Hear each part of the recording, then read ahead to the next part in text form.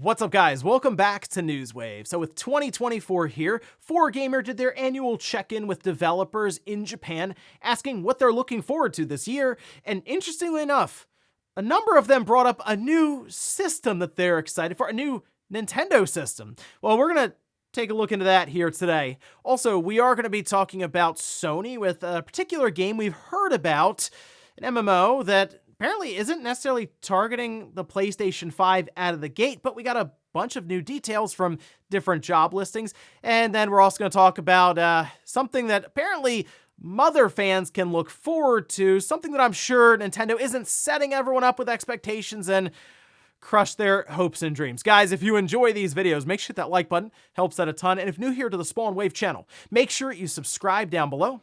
And we're going to start today with Disney and Mickey Mouse. When the clock turned to midnight to start 2024, a certain incarnation of Mickey Mouse was added to became public domain, which you can see this posted up over on Twitter with Wikipedia pointing this out. This year in the United States, the earliest incarnation of Mickey Mouse enters the public domain through Steamboat Willie, an animated short film that served as the character's debut.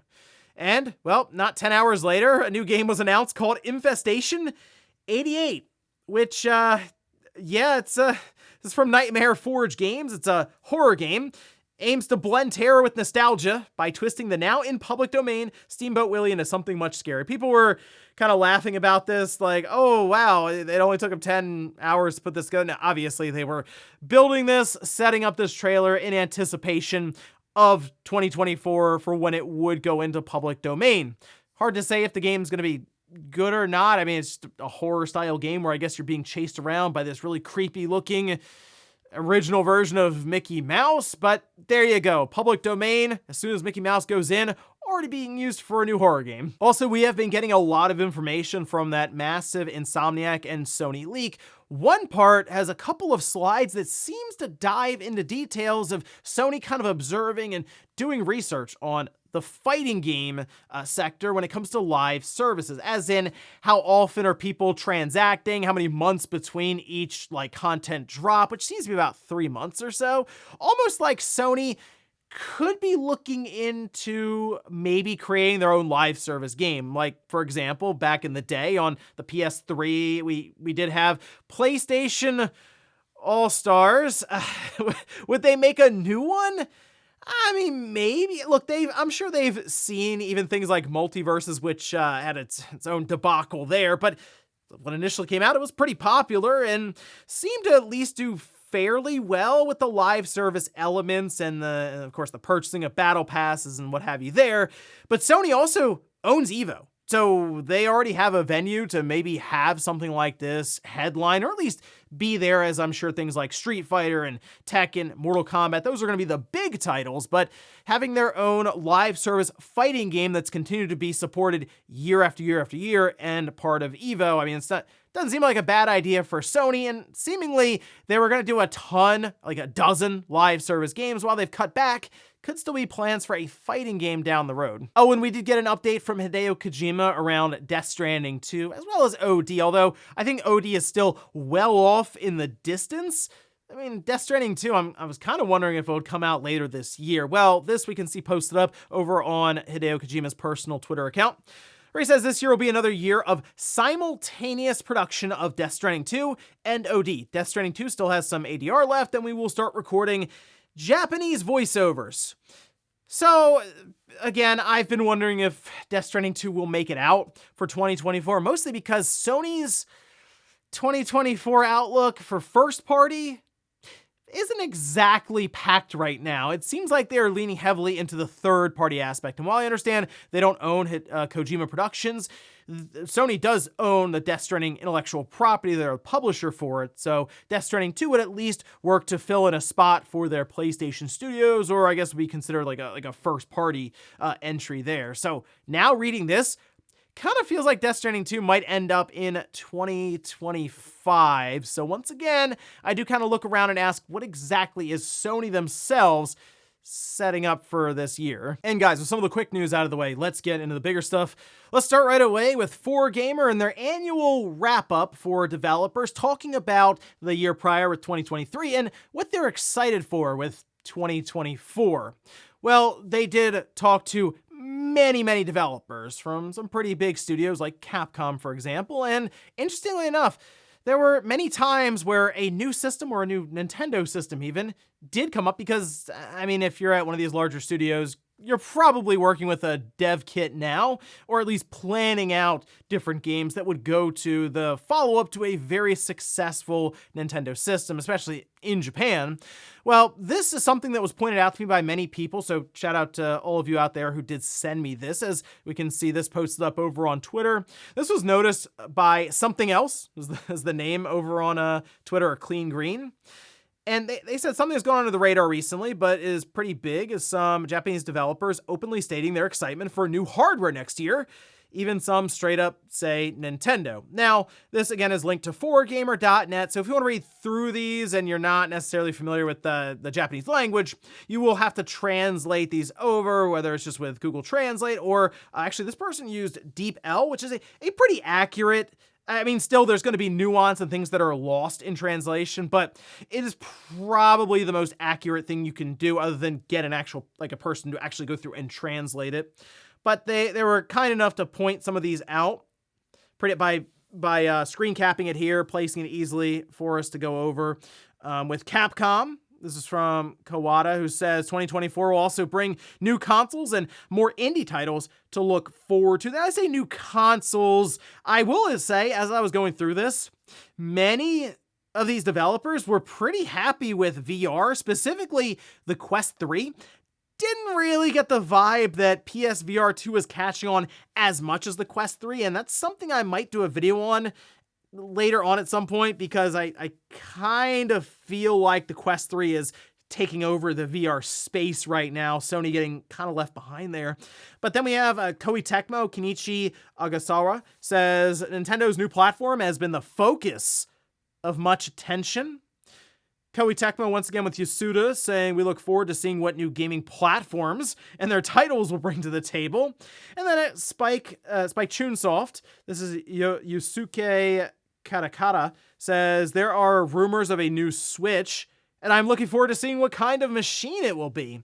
So that's a bit of a contrasting statement to the previous ones, where not everyone on this list, because I mean there are a ton of developers who were talked to discussing their future plans.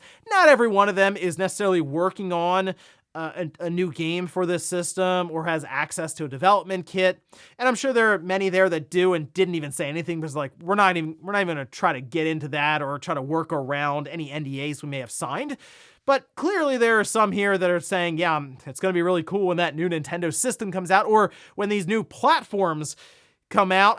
We're into 2024 now. At this point, we're all just kind of hanging out waiting for Nintendo to make any kind of movement, because as some do believe, this system could be released as soon, and I'm not kidding, as soon as March to close out the fiscal year with a big time release. Well, we're in January now, so I'm not necessarily thinking that's the case, but I'm not ruling out a first half of 2024 release. Nintendo can technically drop the system whenever they want. I'm still thinking more second half of the year, but you're starting to see developers, even just in some of these questionnaires, if you will, these interviews at the end of 2023 going into 2024, just kind of openly mentioning it. So exciting stuff, obviously, for 2024, because I think this is going to be a really fun year all the way around with new games and, yes, new hardware, not only from Nintendo, but also from Sony. So exciting stuff. I think it's going to be a really, really fun holiday. So 11 months from now, yeah, I'm looking forward to Nintendo and Sony hardware, and it seems like not the only one with some of these developer interviews. Next up, let's talk about the Horizon franchise with Sony and NC Soft, who is collaborating to create an MMO game in that franchise. Now, this is a franchise that Sony has clearly been working to build up, with Horizon Zero Dawn, Forbidden West, and then Call of the Mountain, that being for the PSVR 2. And if you've played through Forbidden West, you know we're going to see at least one more Horizon game in that series, but seems like they still want to press further and further into this franchise, and that's going to apparently come from the mobile side, but also PC. Now, we can see this posted up. This is over on Twitter, as Kura did notice this, with many different job listings pointing to new details for this game, which right now is under codename Project Skyline. The initial code name was Project H. It is for PC and mobile using Unreal Engine 5. Okay, so they also place it they actually place it beyond, at this point, 2025. The project being developed by Sung Lee's Lineage IP division. The project started around 2021. Around 140 people worked on the project in September 2023. And that is a fair amount of people working on a cell phone MMO-style game for Horizon, but that, accompanied with PC, there's going to be a lot that goes into that. Unreal Engine 5, I think some were surprised at that, but yeah, Unreal Engine is used for phones as well, for mobile development. And if it's going to be on PC, why not? And the thing that I think is very surprising to people right now is it's not mentioning PlayStation 5. And this is something that's covered here in a follow-up tweet that could actually come down the road. So I'm kind of thinking of like Honkai Star Rail, where that showed up for cell phones and PC, and then later went to PlayStation 5. Kind of feels like that's the direction of this Horizon MMO. So I guess that means that many people will be playing it on PC. I don't know if the mobile side is really catching on currently with console gamers. I feel like they would look to that PC release or just wait for it to eventually come to the PS5. But this is right now Sony's initiative is to be able to find new customers outside of the PlayStation 5 ecosystem. Anyone who's bought a PS5, I mean, you're in it. Like, Sony already knows they have you. You're buying directly from them, especially when it comes to digital purchases, since they've worked to whittle down any keys that get out there that aren't just like for gift cards, for putting money into the PlayStation Network. But they have to look elsewhere because, I mean, these games are getting really, really expensive to make, and they got to bring in more and more people so they can sell 30 million copies, 40 million copies of a game. And, well, I guess their next big push is going to be Horizon as a cell phone and a PC MMO. Seems like it's going to be a while before we hear about this game, since, again, targeting sometime beyond 2025, but things are definitely moving behind the scenes. Next up, let's talk about the Mother series, or Earthbound, as we are coming up on an anniversary. It's the 30th anniversary of Mother 2, or just Earthbound, obviously as it's known in the US, and we had a message that was released by the official account where they say, Happy New Year, 2024 marks the 30th anniversary of the release of Mother 2. We are preparing various plans, so let's enjoy this year together. Nice to meet you. And in fact, if we look over on the website here with the official blog post, okay, they say to commemorate 30th anniversary of Mother 2, which remains in the hearts of many people in the Mother series, we are planning many fun events in 2024. For example, anniversary goods, events that have never been done before, collaborations with other events, and measuring sticks. What? A measuring stick? Almost like the blog post is surprised by that. Okay, so the obvious thing here is merchandise. I'm sure there'll be some kind of shirt or a keychain or something released there. But the thing that people are really focused in on right now is the phrase measuring stick. What exactly does that mean? Because some are wondering, wait, are they kind of toying with the idea of Mother 3 getting a translation? Do people still remember that series enough to go out and buy it? Would it do well if they localized it outside of Japan? Or could there be a full-on remake for Earthbound or Mother 2, kind of in the same vein as Super Mario RPG? I mean, we have seen Nintendo go back and do some of these projects with that. And of course, we saw Legend of Zelda, Link's Awakening, get a pretty substantial makeover, I would say, with that remake. I think it'd be pretty interesting to see just how it would do, what the reception would be, and if there's a path forward for a new game, or maybe a localization of Mother 3. It's interesting and certainly something worth keeping tabs on, but I don't know if I would get my expectations too high on this one, because there is a very high likelihood that they're just referring to some collaborations that maybe will just stay within Japan, right? Whether it's with local media there, different shows, for example, magazines, that sort of thing, or just merchandise that might not even be sold outside of Japan. So that's kind of where my expectations are right now, but I would love to be surprised where randomly we tune into a direct halfway through the year and, oh look, there's a Earthbound remake, a new game, or a Mother 3 localization. I guess we'll see what the year of 2024 brings us with the 30th anniversary for Mother 2. It's really been that long. And in our last bit of news, let's talk about Square Enix's year-end letter. They send this out every New Year's just to kind of put out in the public what their plans are going forward, especially with the upcoming year. And they've been known in the past to discuss things that don't necessarily go over well online, controversial topics like NFTs, crypto, blockchain, and now they've decided to delve into the world of artificial intelligence and development, and apparently in marketing and promotion. Let's head over here to VGC. Now, this is from Takashi Kiru, who is obviously the new CEO over at Square Enix. You probably saw him recently on stage with Yoshi P and Phil Spencer when they announced Final Fantasy XIV for Xbox. But he says, we also intend to be aggressive in applying AI and other cutting-edge technologies to both our content development and our publishing functions. In the short term, our goal will be to enhance our development productivity and achieve greater sophistication in our marketing efforts. In the longer term, we hope to leverage those technologies to create new forms of content for consumers, as we believe that technological innovation represents business opportunities. Goes on to say, I believe that generative AI has the potential not only to reshape what we create, but also to fundamentally change the processes by which we create, including programming. Now, he doesn't necessarily get into specifics as to how they're going to leverage AI in development or, as they mentioned, marketing, production. Like, is this something that they will be heavily involved with for the development of Final Fantasy XVII?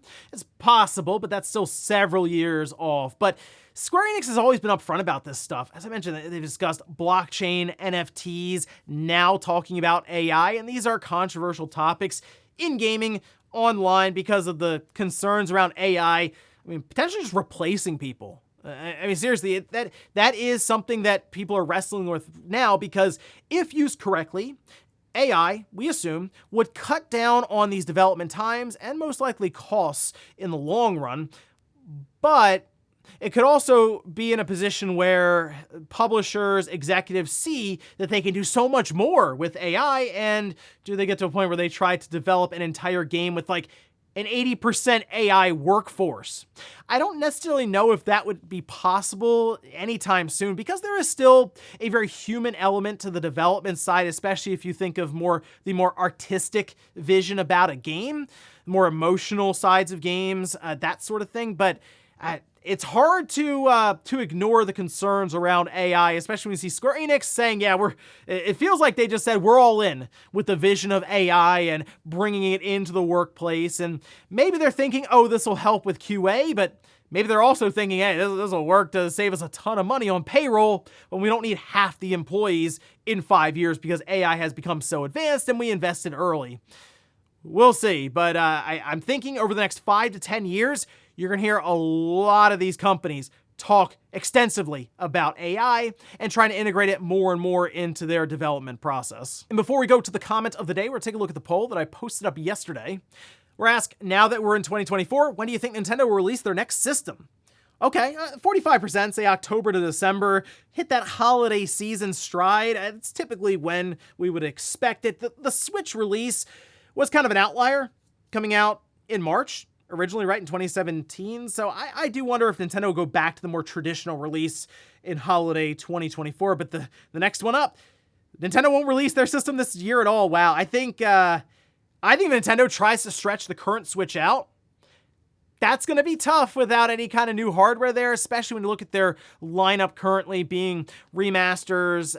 Obviously, you have Princess Peach coming up, sure, but most of us kind of see the writing on the wall, and we're expecting it at this time to launch maybe with a big new 3D Mario or a new Mario Kart or Metroid Prime 4 being cross-gen. It's a lot of possibilities, and that'd be tough for them to try to get another full year out of just the Switch as its primary system, especially based around the declining sales, because to be honest, everyone's kind of just bought a Switch at this point who wants one. And we'll finish up with the comment of the day, as you're seeing here. This is from the Infinity Master. It says, the fact that the Paper Mario Thousand Year Door remaster is going to be 30 FPS on the Switch, compared to the OG being 60 FPS back on the GameCube, is really bothering me. This game is also coming to the Switch 2, whatever it's going to be called. I hope there will be a patch to allow this game to play at 60 FPS on the Switch 2. Listen, it's hard to reach the greatness that is the GameCube. Tales of Symphonia, same thing, right? 60 FPS on the GameCube, and that's it. That's where you're gonna play it if you want that smooth frame rate.